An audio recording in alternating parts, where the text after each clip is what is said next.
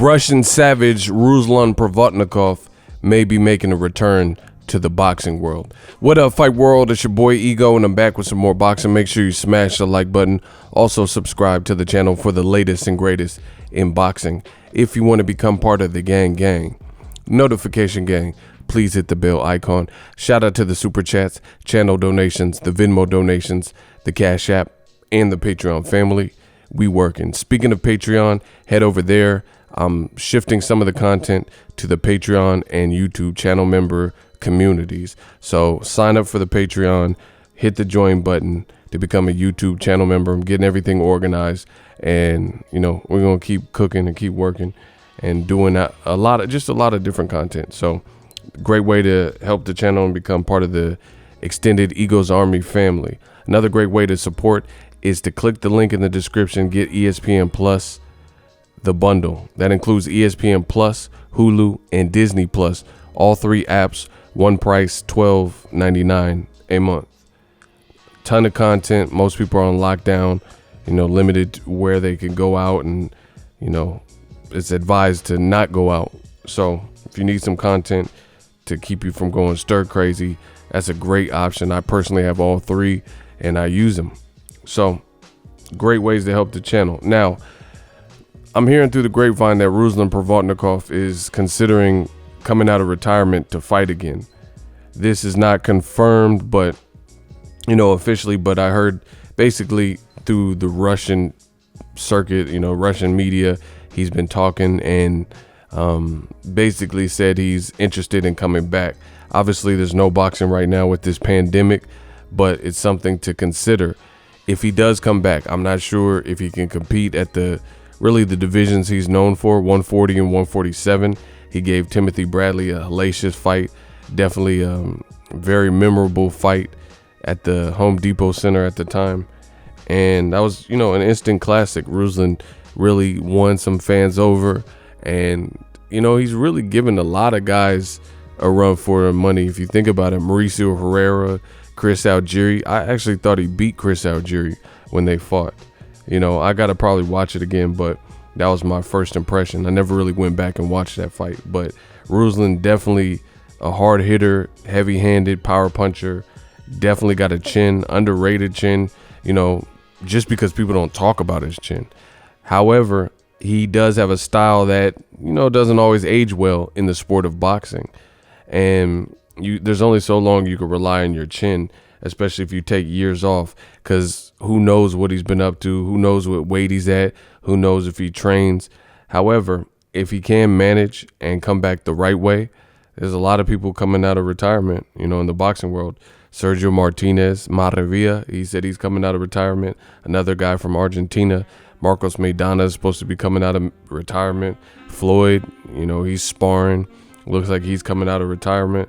So it is weird how fighters, just simply put, cannot stay away. But some people like Floyd, I have more faith in him because he still stays within the public eye, and you hear from him, you see that he's still in shape, and most importantly, his fighting stance and style, he's just a complete fighter. He doesn't rely on a chin only, even though he has a hell of a chin and an underrated chin as well. He relies on his brain, his skills, his offense and defense. Some people miss the defense part. They skip school that day. So certain styles just fare well when it comes to longevity. So I don't really worry about Floyd because he's, when it comes to the square circle, he knows that.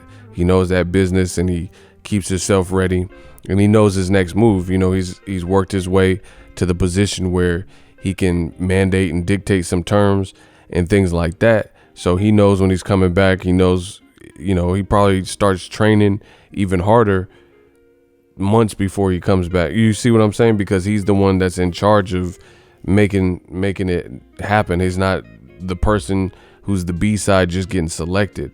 Ruslan Provodnikov, again, don't know what he's been up to. Haven't really seen anything from him. Haven't heard from him.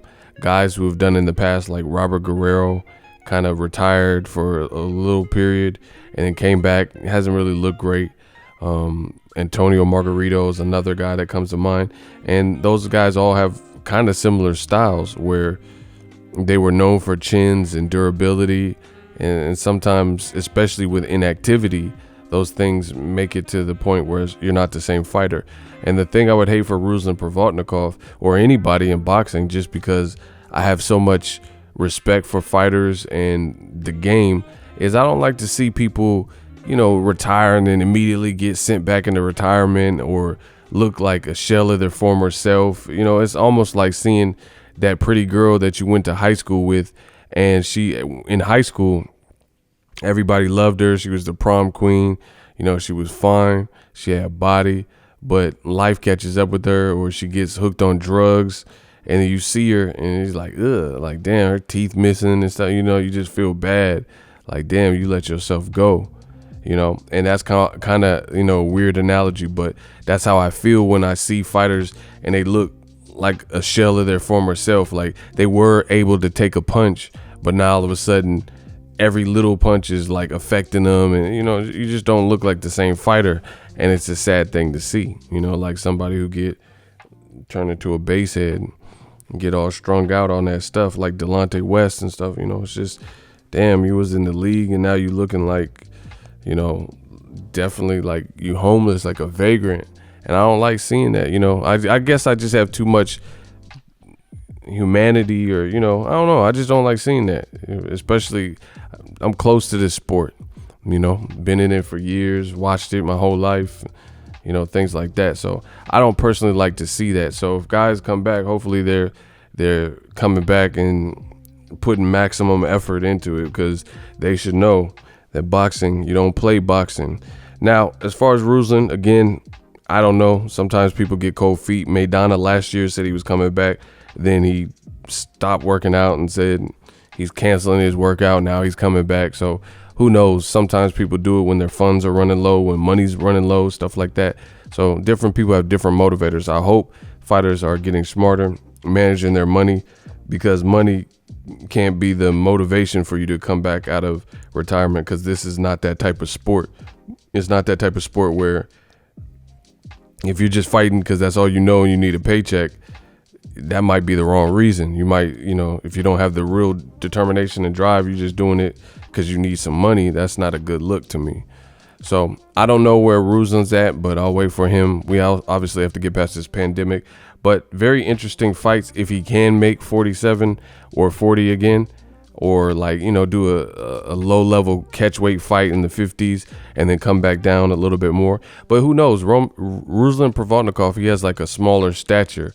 And again, I don't know what's been up to with him. So I don't know if he's gained a lot of weight, or, if he's right within the same level of weight that he weighed in his off season when he was competing and active. Again, I haven't seen much from Ruslan Provodnikov, but they say power is the last thing to go. So there's some definite fights for him, like Mikey Garcia. That wouldn't be a bad fight.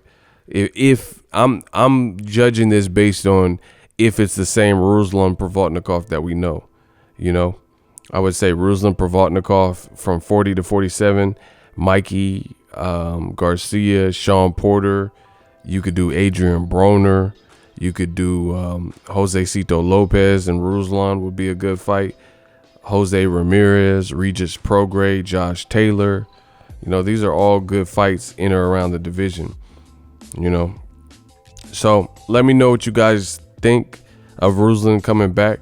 He definitely has power. So if he can get in some serious shape, he might be able to have a nice little run. Again, I don't really see him beating the elite of the division, the Errol Spences or Terrence Crawfords. But hey, that's another person, Terrence Crawford.